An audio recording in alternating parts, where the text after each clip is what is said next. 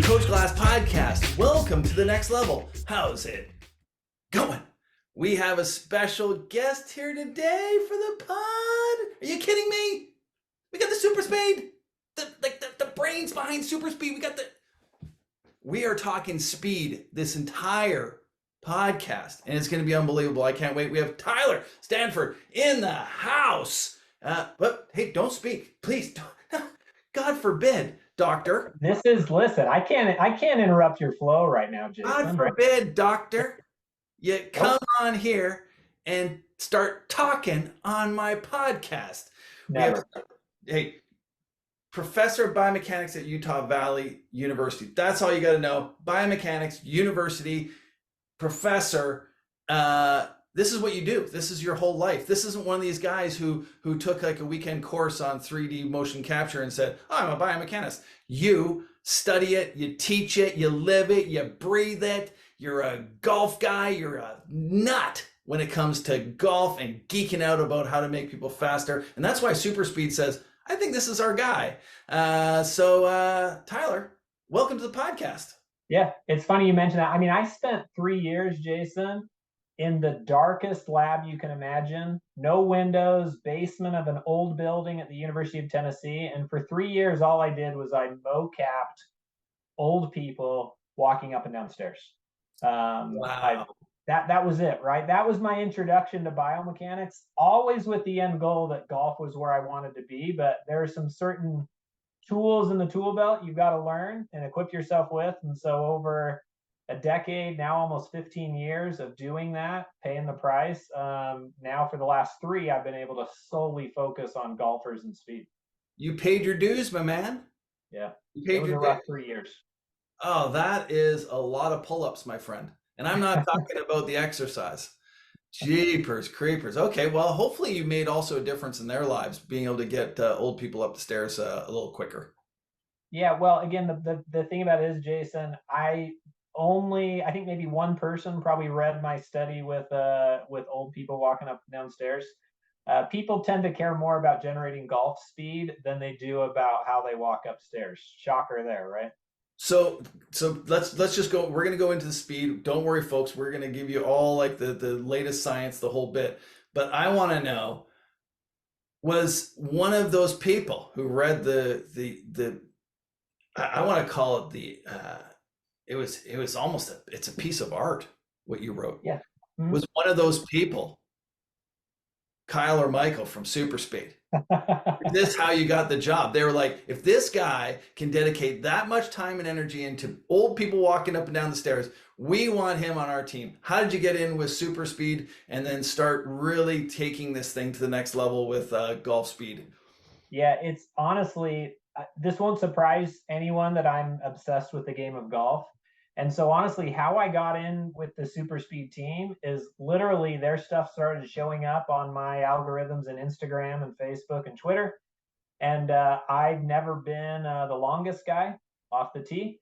And as a result, I thought, man, this would be a great product for me. So I literally went onto their website, sent them a message and said, hey, I've got a PhD in biomechanics. I'd love to research your stuff. Have you ever done that before? And secretly, I just wanted to gain 20 yards off the tee. That's really all I cared about. So you're like, I can use them, they can use me. It's a mutual beneficial relationship. And the next thing you know, you're now the scientist behind golf speed. Yeah, I mean, and it's been a wild ride for 3 years because they literally have given me the green light to do whatever I want.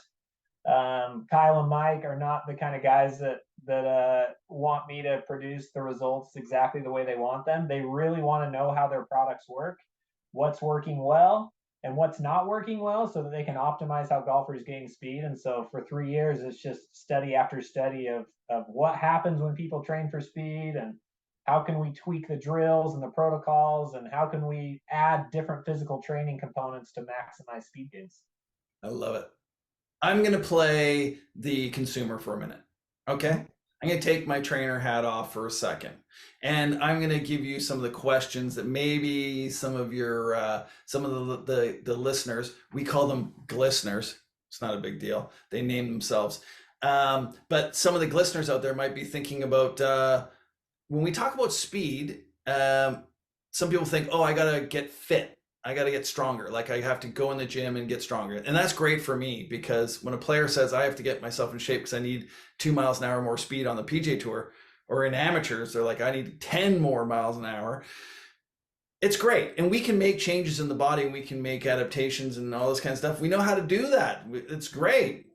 But then there's other people that go, well, is this just a trick? Like, am I just kind of playing with my nervous system a little bit and trying to take the governor off, if you will? We're driving in a car, we take the governor, or a golf cart, take the governor off, and we're flying over bridges at Willow's par three golf course. Then the other people say, well, hold up. Why don't I just get a better golf swing? So technique. So we got muscle, we got nervous system, and then we got technique. Which of those three do you think, like, I know we can't generalize about the whole population, but which of those three in general do you feel has the best bang for the buck for the average golfer? For the average golfer, and just I have to put on my hat of what I've done research on and what I've seen. Um, the nervous system training is the lowest hanging fruit. It's the fastest way to get faster, and it's the easiest way to get faster. I agree. And I think any golfer who's tried to fix their swing plane and knows how many reps it takes and how long it takes and all these different drills, like, and even a physical training, right? They go see someone who does great physical training like yourself or someone like you, and they know the months, the hours, the early mornings they have to put in. If they've never done any kind of speed training before, if they've never done that nervous system training, and I think that's the key, when I can hand them a set of super speed clubs, I am confident, because I've seen this research study after research study, that you're going to gain 5 to 7% swing speed in 6 weeks if you do the training. And that's regardless of where you started fitness level. That's regardless of your age. That's regardless of your gender. That's regardless of if you come over the or any of those things. I know within 6 weeks I can give you 15 to 20 yards off the tee. Which is amazing. I mean, that's huge for most golfers. They go, okay, I'm good. Like I don't need anything else, right? So for the untrained athlete, that's like your best. That's the easiest entry point and the best bang for your buck. And you guys have all the programming for that, and you've really tweaked. I love how you've been tweaking your programming on that end. I came into Super Speed to bring in that fitness element. So like, let's say you've already done the neuro. Now it's like, okay, well, what kind of fitness programs can we do? What kind of warm ups, kind of activations, if you will, for your body before you go play? So that's my wheelhouse, and I love that. I also, obviously, I do the neuro stuff as well. But what I've found with my tour guys versus my amateurs, my tour guys, when I use any kind of speed training, when I use the super speed training, if I go the heavy clubs with super speed, and we'll go into that system in a minute, but when I go heavy, we see no benefits, okay, on my trained athletes, because they already have that fitness element. They already have capacity. They already have the strength to swing that club as fast as they want. The neuro stuff, we get a jump. Technique, they've already got that. So they've got perfect technique. They've got a perfect body, hopefully, if they've been working long enough. And then the neuro gives us a little jump. With the amateurs, though, the untrained amateur, that capacity stuff, you give them a winter of swinging some heavier clubs at speed and then doing your protocols where you go from heavy to light, not the whole bit. That is like like you said, it's a game changer. So where you are in your spectrum of fitness and training as a speed athlete will determine which of those protocols you're going to use. Yeah, and I think it's cool you mentioned, like, again, you would think golfers after 6 weeks of training and they gain their 20 yards and they're like, man, this is awesome. I'm just going to go play golf now for the rest of my life and be happy. But it's like that idea of, like, you give a mouse a cookie, they want a glass of milk. Like, I was interacting with a player the other day, an older golfer, had went from 82 driver to 93 driver miles per hour. Huge gains, right? He's saying, I'm hitting the longest drives of my life. And his next question is, well, I'm kind of leveled off after about 10 weeks. What do I do next? And I'm thinking, you just gained 10, 11 miles per hour. You've got Performance is linear. It should just keep going forever. Exactly. Yeah, I'm just like, no, you're going to gain 10 miles per hour every 5 weeks until you're swinging 175. Obviously, there's these plateaus that we hit. And again, this is, Jason, you mentioned this, but this is what I've seen in my research, and it's why I was excited to kind of pick the brain of someone like you and kind of create some of these advanced protocols, which I think we can kind of teaser that now that we're going to be sharing these, which is this idea of now that you've hit that plateau, what's the next step? Because after you get those initial neuro gains, like speed's a little harder to come by. And that's where you have to get a little more creative in what you're doing. And so looking at some activation, some physical training, now maybe you get that next jump up and I guess, gain 15, 20 miles per hour if that's your goal. Yeah, I like to think of it, and athletes hate this when you tell them this, especially if they're on the seniors tour.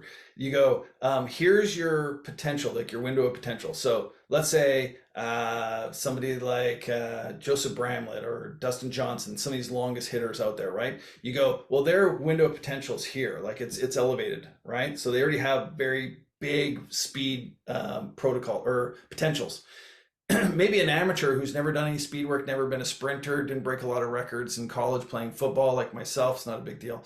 None of them are on the football field though. Anyways, so we got this smaller window that's maybe lower in the speed category, but if you maximize that out, they go, well, yeah, how come I can't just keep going faster? Elevating that window can be done through changing the body. But you're always going to have the genetic, and then you're going to have the what you did leading up to this. Like, did you hit your speed windows as a junior or like a child? There's all those things that come into play. And I always go, there is going to be at some point, you're going to hit the ceiling of that window of potential. And then at that point, now we have to go, just let's make it more efficient. So you're using less energy to maintain that same speed. Let's make it more effective. So you're getting that speed, but you're hitting fairways.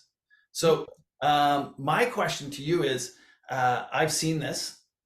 Some of my athletes, the amateurs, just by doing speed training, their kinematics got better. Like their timing got better in their regular swing, and they were worried that swinging at that speed would make them like erratic and all over the place. But their swing actually got better. Yeah. So what's the deal with that? Like swinging a club fast, does your body find the path of least resistance or the best route to generate speed, and usually that's pretty effective?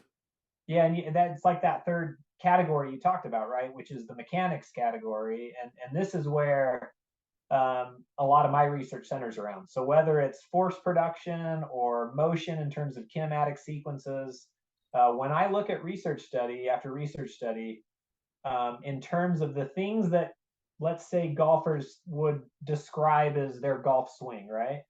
Those always are enhanced or get better, if that makes sense. So let's say force, because force is something I study a lot. We know that the best players in the world, they generate a lot of lead leg vertical force, meaning they push super hard into the ground with the lead leg early on in the swing.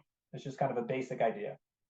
After speed training, golfers who all they've done is speed trained, that force goes up by 13 to 15%, and the timing of it improves slightly, meaning they're doing it at a better time, a better point in the golf swing. And so it's one of these things where, like, mechanically, all of a sudden, the body self-organizes a little bit. They know the way to swing. They know the way to swing properly. In order to swing fast, you have to do some things in the body to transfer that speed. And you just kind of learn that through the process. And so that's always my favorite thing to, if I line up the TrackMan variables, like smash factor stays the same, ball speed goes up. Yards offline, actually, my last study I just did, yards offline decreased. So they were actually getting a little bit of a tighter dispersion. So all of those things, tend to improve or stay where they were prior to speed training. Which is so important, because when we look at like an athlete that's trying to train for speed training, they go, okay, this is great. I'm going to get to the first tee. I've done my warm-ups on my warm-up protocol on the range. So my speeds are up. I'm ready to go. They hit the first tee and they've got their speed maxed out. Awesome. Then the next question that people are asking is like, how long does this last for? Like when I do one of these speed protocols before I go play. And I always tell them, I always say like, well, it depends on what you've done, not the morning of your round, but what did you do like to lead up to this? So if you've done the whole 6-week protocol, then you're going to have the capacity the capacity, which is that ability to maintain that speed throughout your round. So pre-round and post-round measurements of speed is a really good indicator of have they done their work or not. Would you agree? Like you guys have done studies on that. So is there Yeah, for sure. And honestly, this won't surprise you because I'm kind of a nerdy person like this. So I have a spreadsheet. I have that little PRGR monitor that Yep. I take with me when I play golf. And it's super easy to set up behind me on a tee shot. And so I just, every round I collect, I'm collecting club speed, ball speed on almost every single tee shot. Because of what you just suggested, which was, the first week I'm doing speed training, it might be number 1, 2, and 3. I'm up 5, 6 miles per hour, but then I get to hole 5, 6, and 7, and I've gone back to where I was before, right? But once you get to that maybe 6, 8, 10 weeks of training, what you start finding is that yes, you do that nice warm up, you get the body prepped and ready to go, and you can keep those same speeds through the entire round. So I was pleased to see, like, I would get to hole 14, which is a par 5 at the course I play, and I'm hitting club speeds that I was hitting and even a little bit faster than I was the first couple holes. It's like that speed stays with you the entire round if you've been speed training for long enough. Yeah. So like what's your fitness capacity? How much for those people that play around in golf and afterwards they're just like, oh my God, I'm exhausted and they have to take 2 days off work. And I'm not joking. There are people that struggle with that. And then you go, like some of my players on tour, they'll complain if they've taken, like, let's say this little off season, if they're not in the playoffs right now, some of them are going to be off for 6 weeks. Some of them won't touch a club for a month, and then they go back out and they're like, oh my God, I don't know what's going on. Like I really felt like they're fit in the gym, like they're training harder than they ever have, but they haven't been walking for 5 miles a day. And it does take a toll on you. So just that fitness level wear down, of course that's going to affect your swing speed. If your overall energy levels are just sapped from being in the heat in the summer, walking 5 miles, it takes its toll. Yeah, can I ask you a question, Jason? I know this is your podcast. Is that okay? Okay. Because I've seen this in some of my data collections, and I want to know if you've seen this with maybe your elite level players, where I had one of our college golfers come in. This was, earlier this year. And I took him through what I would consider a pretty good warm up. I actually didn't have him swing any super speed clubs because he hadn't done any speed training. And I was analyzing his swing, so I didn't want to get speeds that he wasn't used to, if that makes sense, right? Yeah. But I did take him through a nice. We got the body moving a little bit. We actually did some power testing on him, and just got him moving more. So he hops on and hits his first shot, and his club speed was about 3 to 4 miles per hour faster than he would typically see in a round. And I said, well, and I asked him, I said, well, what do you usually do for a warm up? And he, just kind of took his arm. He's like, I don't know, I do arm circles and leg thing. I don't know, I twist some things here and there. And I said, I would probably look at how you warm up before a round, because I don't know if you have the capacity to swing 116 after a good warm up. Why would you go to the first tee swinging 112, and then by the time you get to T8, you might be to 115? You see that with players you work with in terms of Yeah, good the opposite. Yeah, exactly. They get better as the round goes because they get warmed up. Yeah, and I also have some players that start off the round, well, bogey, double bogey, then par, and then I start to get momentum. I'm like, yeah, you're not warming up properly. Or some of them go, well, I go to the range for like 40 minutes before I play, but I go, but you're not. It's not an effective warm up because it's not getting you to the first tee at your best. So maybe you have to change, like maybe it's nerves that's the difference. So then let's put ourselves in, before you hit the first tee, let's hit the first 3 holes, like go driver, wedge, and then like a chip, and then go 3-wood, like just play those first 3 holes in your head at speed and then go out and play. So the same thing can happen with speed training. I find that with the tour guys, it's actually the opposite. We do all this work on the range and get the speeds up, and they're so stoked. They went from, like, they play at 113, 114. We get them up to 118, 119 on the range, and the thing's going straight.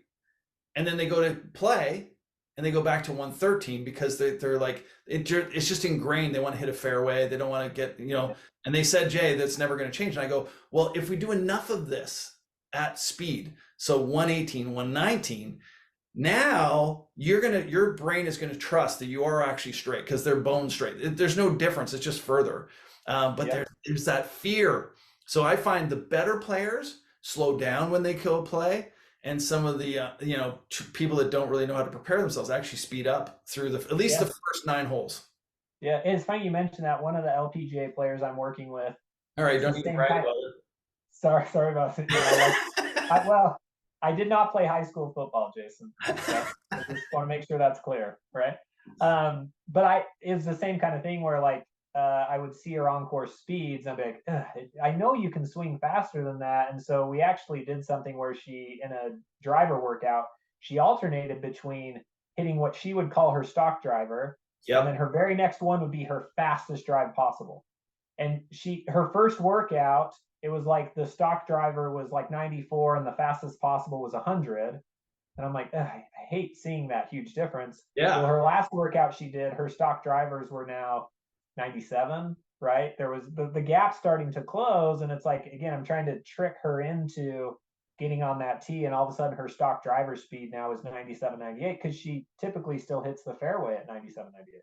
Wow. Yeah. I mean, so that's a lot about, that's what coaching is about is uh, almost like having them believe in themselves and believe that they have the potential to do that. And I think speed training is a great way of doing that because with the PRGR, like the little monitor that we use, the radar, it gives them the data. So they could go, I don't know if that was any further. It's like, no, it was like, we have the data right here. And it's like, it fits in their bag. So they don't need to carry around like a TrackMan or something like that. They got like just a perfect little tool to measure exactly what's going on, and then they can decide which one they want to take to the course. But if they keep seeing it going straight, and the PRGR is saying we are getting the numbers that we want, they gotta at some point take that onto the course. Yep. Yep. For sure. For sure. Now, I also want to talk about this because, like, for a lot of people that are listening to this, they think of speed training as just like heavy clubs, lighter clubs, and like there's so much more to that. It's of course you need the tool, but it's more about the science behind the programming and like the order that you're doing it, the number of reps that you're doing. So here's the next big one for me.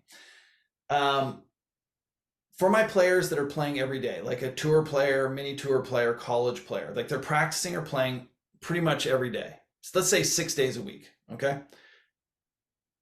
Their speed protocols are going to be smaller because they're already getting reps. They're already maxing out their number of swings a day.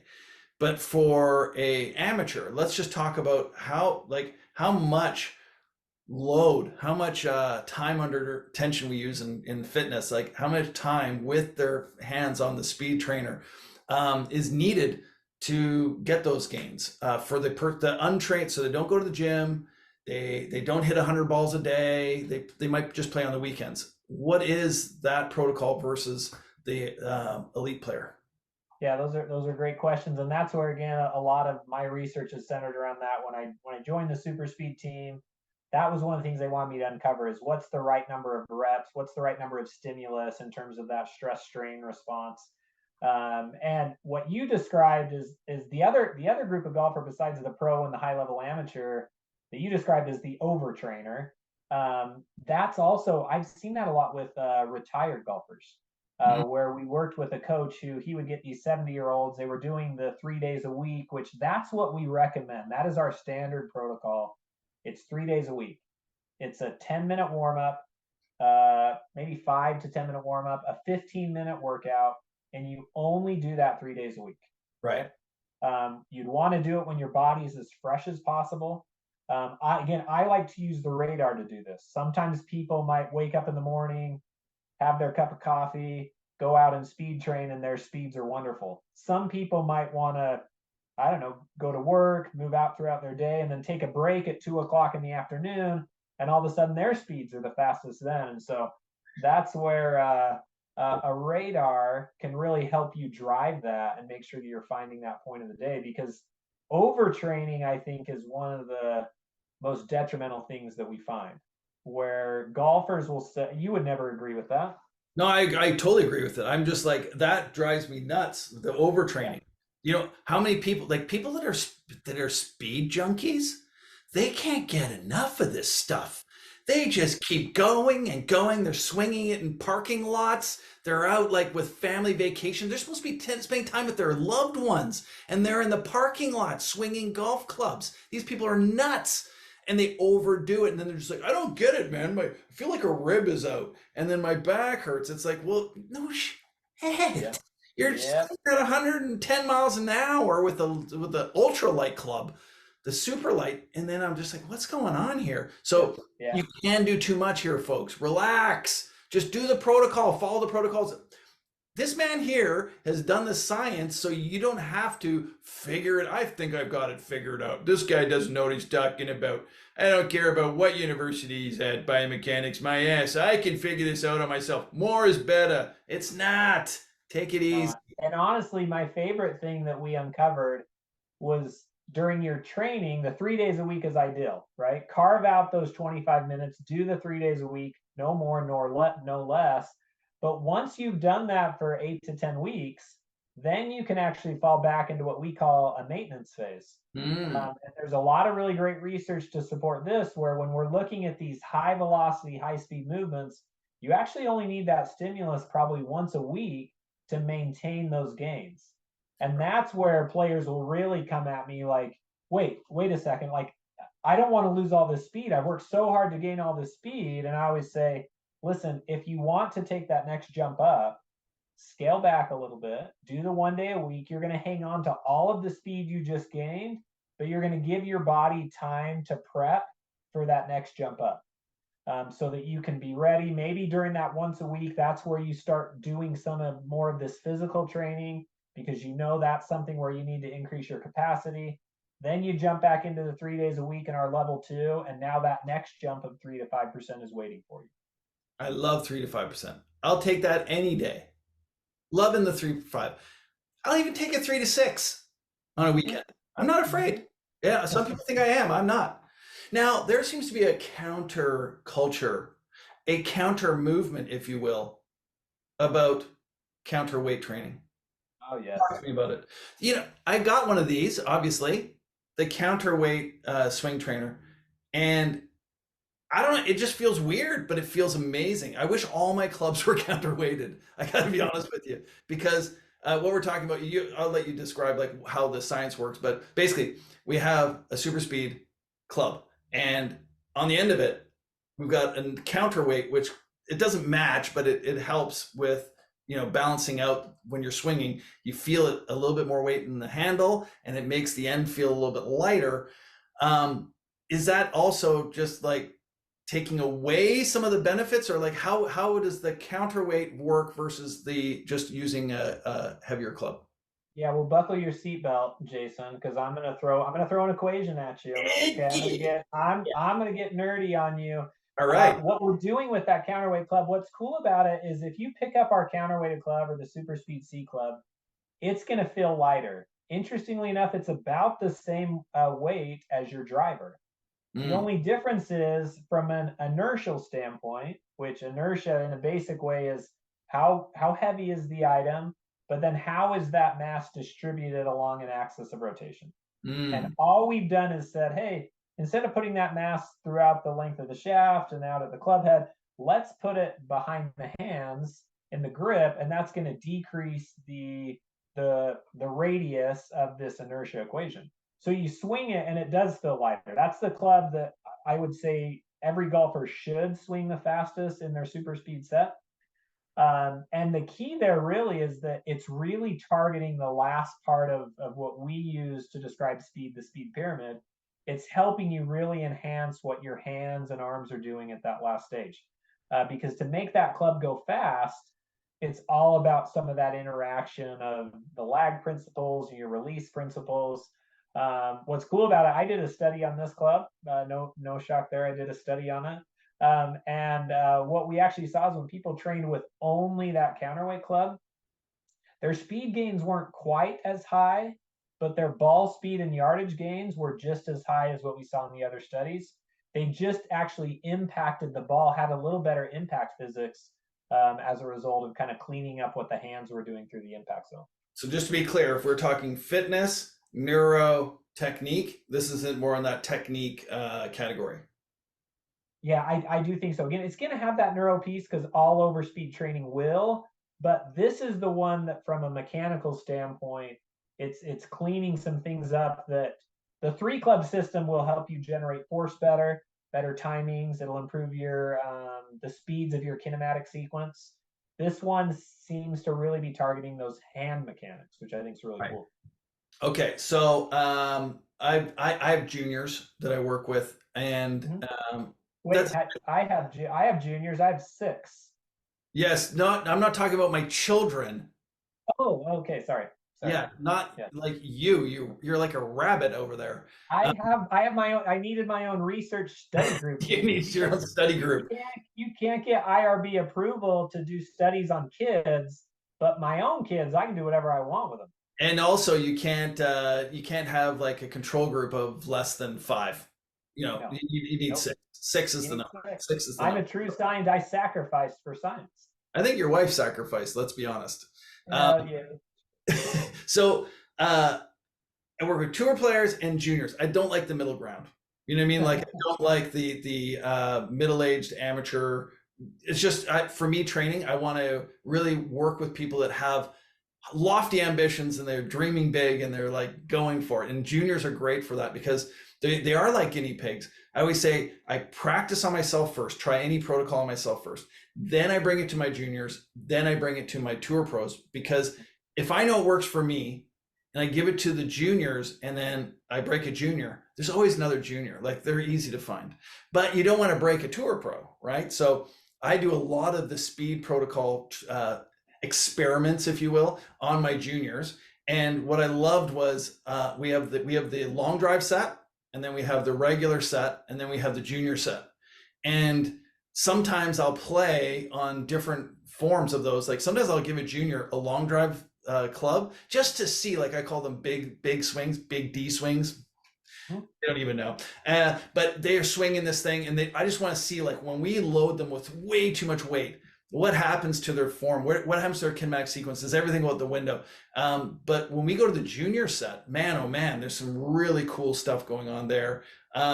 Because juniors, they don't care about like they haven't watched the Golf Channel for 12 hours and read Golf Magazine and they don't have all these weird ideas. They're just like, oh, I want to swing this hard. I'm going to jump out of my shoes and I'm going to do like they don't care about like whether it looks pretty. They just do it. I've learned so much. So the junior set is incredible. Do you find that kids? I mean, we won't know for maybe another generation, but kids doing swing training at that age, like the speed protocols, it's insanity. The next generation is going to be way longer, way faster. It's going to be scary. Yeah, I mean, the technology that we have to fine tune speed training, that now tour players are starting at it at 35 years old, being able to get these juniors that are going to be using this tech and these physical train. I mean, again, 35 years ago, how many junior golfers were working with a trainer? That's true. I would suggest almost none. And True. now the elite level players are starting early with trainers. They're starting early with speed development. It's one of my favorite things to see too. And I love what you brought up about juniors. If you could put the brain of a junior inside of that middle-aged 35-year-old man that you don't want to work with, they would do some really cool things because all you do with a junior is put down the radar and say, make that number go higher. Yeah, that's it. How do And you want that's me it. to do it? How many reps do you do? Yeah, There's like, make can I it do go that? higher. Yeah. Yep. And that's been a fun thing. Obviously, I've done that with my own kids, but I also did it with some other people's kids as well because I guess 6 wasn't enough. And what happens though is these juniors, I mean, they're not only building their physical capacity for the future, and I think TPI has shown that really well in all the junior research that they've looked at. But they're also improving the way they swing a golf club instantaneously, right? I mean, they're gaining speed, but they're also getting more potential later on. And I'm always actually my 11-year-old is obsessed with golf right now.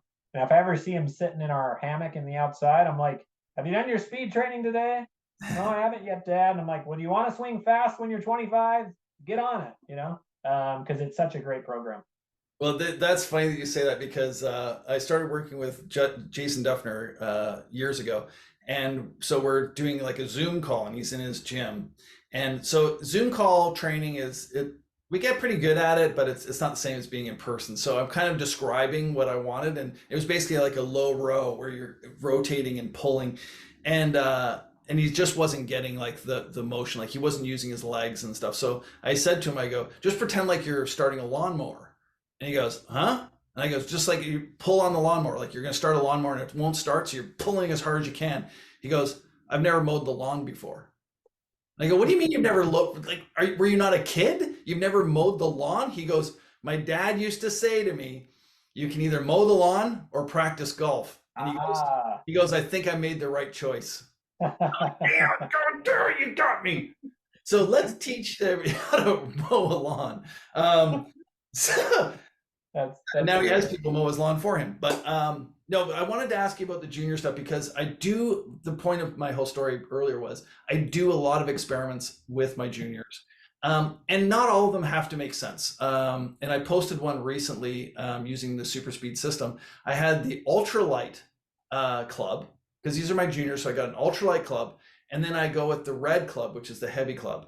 And what I did was I said, let's see, like you're going to swing until you can't get faster, right? On both clubs.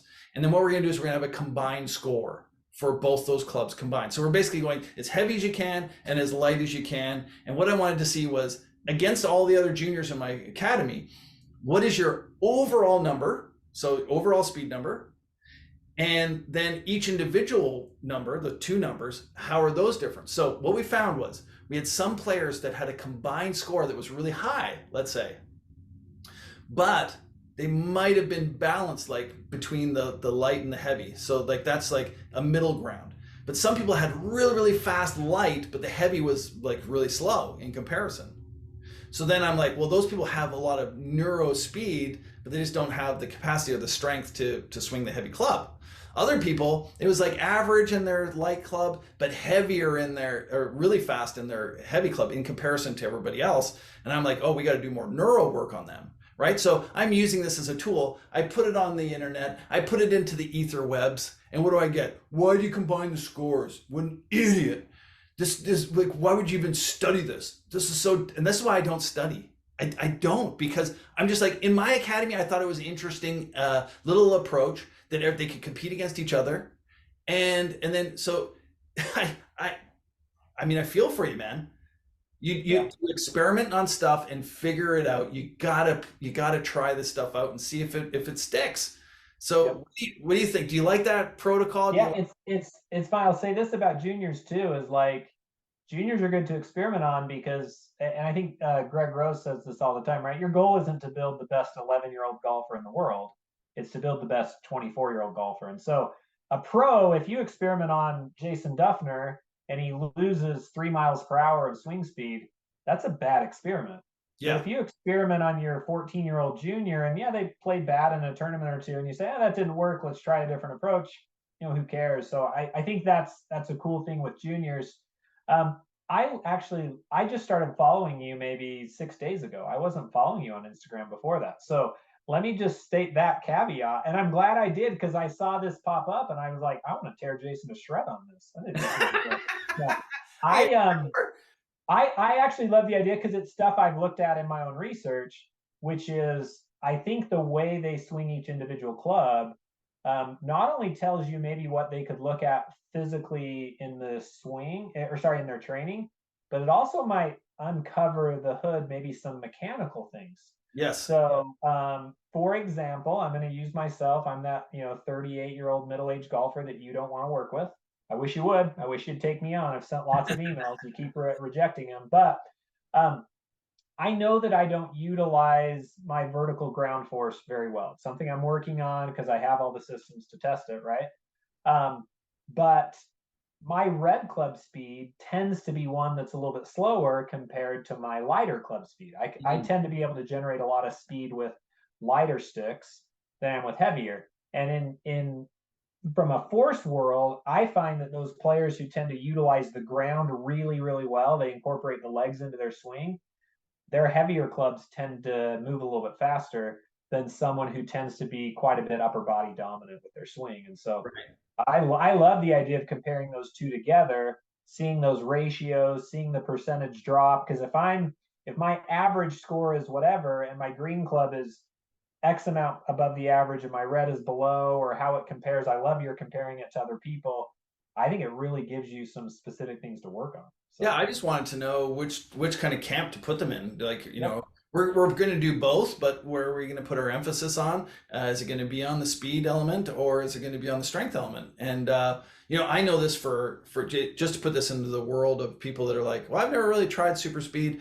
I've never tried, like, changing the weights of clubs and swinging them.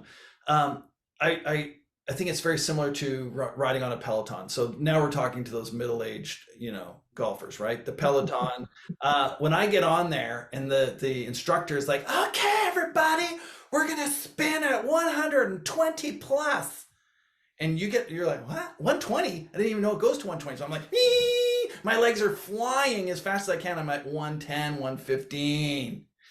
So it's hard for me to go like super fast with no resistance. I really struggle with it. I need something to push against, right? Mhm. Then they go, let's crank it up past 70 with resistance. Now you're cranking up and you're standing on the pedals. And I'm like, this is easy. Whoa, whoa, whoa. So locomotive versus like a little.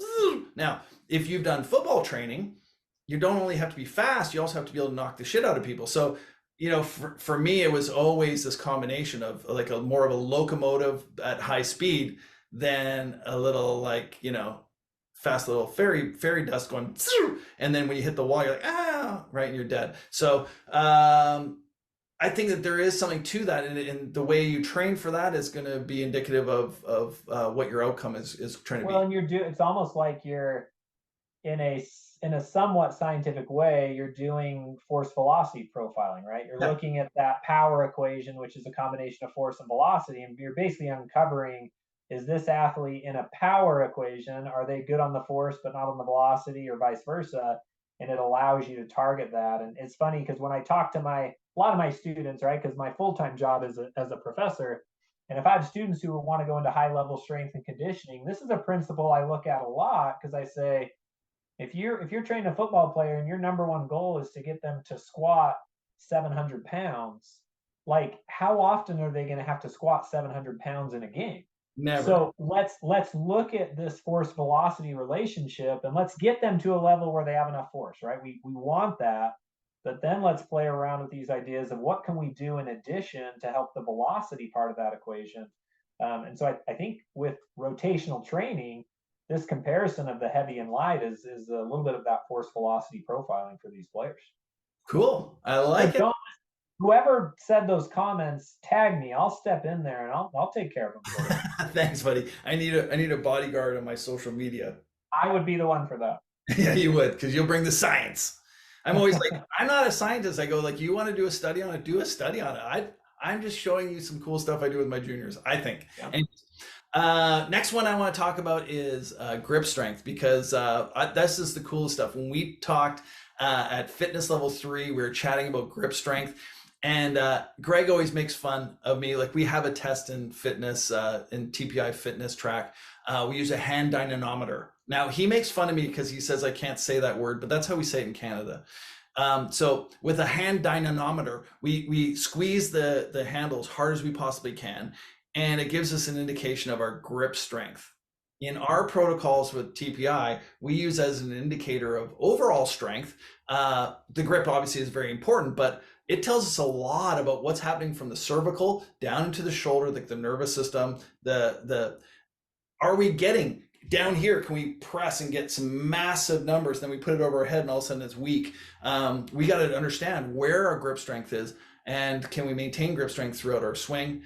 Where in the swing is it most important? All these things. So that science there, you took and ran with like grip strength in golf, and you've done some amazing stuff that's blown me away. So share with us your research and what brought you to like grip is connected to speed. What do you got going on for us here, and what's Yeah, and again, from a basic like physics principle, it's that when you get a rotating object, there's a certain amount of force that has to tie that rotating object to the center. Meaning, If I don't apply enough force and I start moving a club too fast, club flies out of my hands, right? And so that's kind of generally the idea, that is maybe it's one of those speed governors that we don't even know about, that our brain won't let us swing fast because we can't even hold on to it. What I've been able to do, which is pretty cool, with some new technology from a company called SensorEdge, where they actually took this hand, however you said it, dynamometer is how we say it over here in the USA. But what I've done, I did a lot of work with them, but SensorEdge basically put that technology in a golf club where you can actually hit balls while it measures dynamically how you're actually holding on to a golf club, the force you produce, and those types of things. And that's really uncovered a lot, because what you start to see is, one, golfers tend to utilize a lot more force than what you would originally think, right? When you line up these people and say, oh yeah, I'm gripping it at a 3 out of 10, chances are it's probably more like 6 or 7 out of 10 is what I see in most players. Even players with a lot of grip strength. Players that have minimal grip strength, like I had a guy come in, he had really weak grip strength, like really weak. And to get him inspired to train, I told him he had the grip strength of, you know, a 55-year-old woman, and he got on board. And he was using almost 95% of his strength to swing a club. So now you start to think of some of the things you need to do, some of the fine-tuned movements that you need with those hands. If these muscles of the hands, you know, and forearm are working at 90, 95%, and my coach tells me, hey, I'd love to see just a subtle tweak in your wrist position, I'd love to see you create a little more lag. Well, that player may have no capacity to do that because there's nothing left over to make that movement change, right? So what we've been doing a lot is helping golfers train that dynamically during a swing, elevate their grip strength, feel the timings of when that grip pressure should go, which what we tend to see on good players is that you come up and then you really kind of load it in transition to about club vertical. And then the very best players, their grip almost drops off a little bit as they start coming through the impact zone, Yeah, which I think is absolutely. So cool. that's where they're releasing the speed. Bruce Yep. Lee used to always say, he's like, tension, like create tension, release and be relaxed. Speed, that's where the speed happens in the relaxed state. And then right before impact. Ow. Yeah. Yeah. So, I mean, that's Bruce Lee for you. You guys did something really cool though with this whole thing, the fat grip. I'll Yeah. tell you what. So picture this, folks. Swing a club with sweaty hands in the rain in a slippery grip, swing as fast as you possibly can. Like, you're obviously going to swing slower because you think the club's going to fly out of your hands. So you get that fat grip in there, and I give it to all my players just as they're like, "What's that?" As soon as they see it in my speed protocol bag, they're just like, "What's that?" And I go, "Oh, it's the fat grip. You got to come check this out." So they're like, "What do you do with that?" And I go, "Just grab it and then swing as hard as you can." And they're like, "I don't know about this, Jay. Isn't it gonna fly out of my hand?" Yeah, you got to crush it. You got to crush it. And then they're like, "Oh," and then so it's really cool to see that their nervous system just go, like, it's like you said, the governor. It's really limiting how hard they can swing. And then as their grip gets better, the grip strength gets better. They can crush that grip a little harder. They can swing a little harder. So that was such a huge, like, take your science about your grip, but then you guys create a product that kind of reinforces it. Yeah, and it's almost like we paired a couple ideas together. I mean, we're not the first ones to say, hey, train grip strength, it's important. In golf, I think it's something that people are like, oh, hold it like a baby bird, don't crush the baby bird, all these kind of things. And so I don't think people ever thought, hey, why would I care to even train grip strength? But now that we're getting these technologies out, we know about it. And it's like we took the world of fat grip training and the world of physical training, where we know there's a lot of research about extra activation when you put those fat grips on, throw it on a golf club. So it's just, again, it's more dynamic, right? Instead of me just taking a grip trainer and just squeezing it all day long, I actually get to swing a golf club and feel where I need to generate that. And you described it really well. And we're seeing some really cool results of players. And it's not just speed. We actually currently have a forum group in, I think, the Hackers Paradise. We have like 15 guys that are training, and their grip strength is improving for sure. But comment after comment, I don't know what it is, but I'm striking the ball better than I ever have. I'm hitting my irons farther than I ever have before. I'm getting out of the rough easier than I ever have before. It's like, well, no duh, you've increased the capacity of that last connection point, and we're seeing a lot of really cool positive things with the result of that training. Now, how do they respond when you say no duh? I put no duh in parentheses, and then they're pretty good with them. Okay, so to wrap all this up, we've done a lot of talk about like the various kind of studies and experiments that you've done to really like highlight where athletes can generate more speed, where they can get more speed out of their game. But at the end of the day, like I feel like the golfer kind of has to do their own experiments. You know, like if you have a PRGR, like the radar, so you can measure. This is the important thing. You got to be able to measure it. It's not, oh, I think that one was 300 yards. It wasn't 300 yards. It wasn't. No, lasered it. No, it wasn't. Get the monitor so you can. For me, it's all club head speed. As a fitness coach, I'm like ball speed. That's the golf coach. He has to say impact, but club head speed. Measure it. Do some of your own experiments. Do some workouts. Maybe do some yoga. And then it's like, oh, my club head speed went up. Or did yoga, my club head speed went down. Did heavy kettlebell training, club head speed went up. Was that grip? I don't know. Like, do some of your own experiments and don't be afraid to play with your own body. Trust me, you'll find things you never knew you were going to enjoy so much. Now,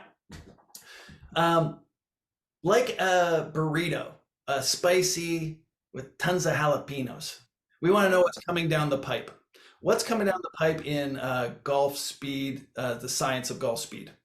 Yeah, gosh, I don't know how much I'm allowed to share, but I'm just going to share. And Uh-oh. if You Kyle heard and it Mike first, folks.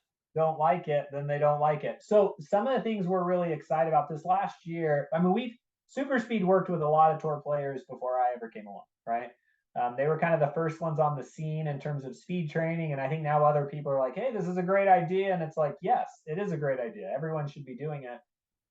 In some of the work we've done with tour players and some of the ambassadors that we've signed with, we basically really created some fine-tuned protocols where golfers are going to be able to take their speed training to the next level.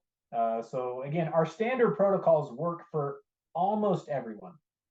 Do the standard protocols, they gain the speed, but we want to help golfers uncover that next jump. And that's where we're getting into a lot of these more advanced training. We filmed a lot of these. We're getting ready to share a lot of them. We've teased them. We're also going to look for different ways for you to track and record your speed training and have access to these types of things to really look at it. We look at everything, Jason. So one of my favorite things is how frequently random packages show up on my doorstep because SuperSpeed is obsessed with squeezing, no pun intended, every inch, every mile per hour out of swing speed that they can. And so I get to test every new thing and report back to them. This worked, this didn't work, and let's go down this route. And so I think stay tuned, especially this fall. I think you're going to see a lot of new advanced type protocols, some ways for you. If you've been using SuperSpeed to get even more out of your training, and if you haven't yet, it's going to uncover serious potential for speed gains. What I love about that is SuperSpeed does a wonderful job of making certifications and education for the coach, and then also protocols for the consumer. So they've covered both of those backgrounds. And I think that the coaches that get behind the system, they hold their workshops, their speed clinics, gives a great opportunity for them to meet brand new clients and potential clients. As soon as you put a sign up that says, hey, this weekend we're working on speed, come on out, people show up and there are new faces that are out there. And then for the consumer, it's great for them to just be able to go online, simply order a set, and the protocols are there. They don't have to guess, like, what am I supposed to do with it? Just follow along and then see the results. So yeah, I think SuperSpeed's really tapped into both those markets really, really well, and more importantly, supporting both those markets at a very high level. So Tyler, this is not going to be the last time we have you on the podcast because this was way too much fun. An hour just flew by. So not only do you guys make golfers faster, but you make podcasts faster. So great. You got that going. And we make kids faster. Let's make kids. No more kids for you. No, okay. We're not making any more kids, and we're not doing it faster. Slow down. Slow down. Okay. Got it. So thank you so much for coming on the podcast. And like I said, we're going to have you on again because this was a great chat. Maybe after the fall, when we get like all the new stuff, we can chat about that. We can talk about Padraig Harrington, the Yeah. success of his speed training and all that kind of stuff and all that. Man, we got 3 more podcasts to go. So we could cover it all. It's going to be great. But until next time, as always, we like to dream big, over deliver, be undeniable, and cheers, everybody. You say cheers, everybody. Cheers, everybody. Hey, that's beautiful. I love it.